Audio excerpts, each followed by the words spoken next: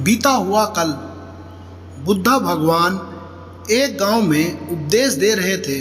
उन्होंने कहा कि हर किसी को धरती माता की तरह सहनशील तथा क्षमाशील होना चाहिए। क्रोध ऐसी आग है जिसमें क्रोध करने वाला दूसरों को जलाएगा तथा खुद भी जल जाएगा। सभा में सभी शांति से बुद्धा की वाणी सुन रहे थे, लेकिन वहाँ स्वभाव से ही अति क्रोधी एक ऐसा व्यक्ति भी बैठा हुआ था जिसे ये सारी बातें बेतुकी लग रही थी। वह कुछ देर ये सब सुनता रहा, फिर अचानक ही आग बबूला होकर बोलने लगा, तुम पाखंडी हो, बड़ी बड़ी बातें करना यही तुम्हारा काम है। तुम लोगों को भ्रमित कर रहे हो। तुम्हारी ये बातें आज के समय में कोई मायने नहीं रखती। ऐसे कई कटु वचनें सुनकर भी बुद्धा शांत रहे। अपनी बातों से ना तो वे दुखी हुए, ना ही कोई प्रतिक्रिया की। ये देखकर वे व्यक्ति और भी क्रोधित हो गया और उसने बुद्धा के मुंह पर थूक कर वहाँ से चला गया। अगले दिन जब उस व्यक्ति का क्रोध शांत हुआ तो उसे अपने बुरे व्यवहार के कारण पछतावा की आग में जलने लगा और वे उन्हें ढूंढते हुए उसी स्थान पर पहुंचा। पर बुद्धा कहाँ मिलते।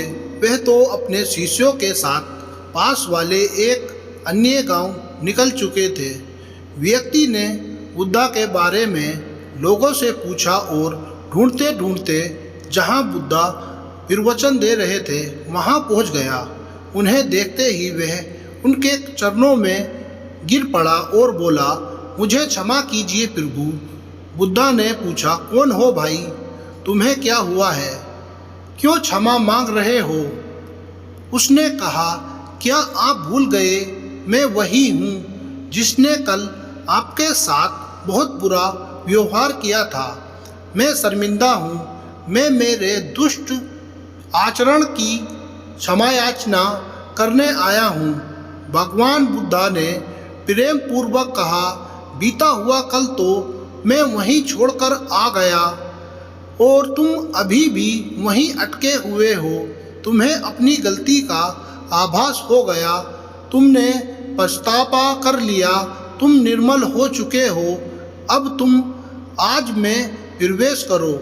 बुरी बातें तथा बुरी घटनाएं याद करते रहने से वर्तमान और भविष्य दोनों बिगड़ते जाते हैं।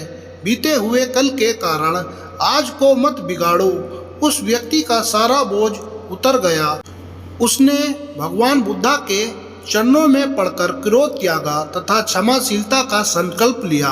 बुद्धा ने उसके मस्तिष्क पर आशीष का हाथ रखा।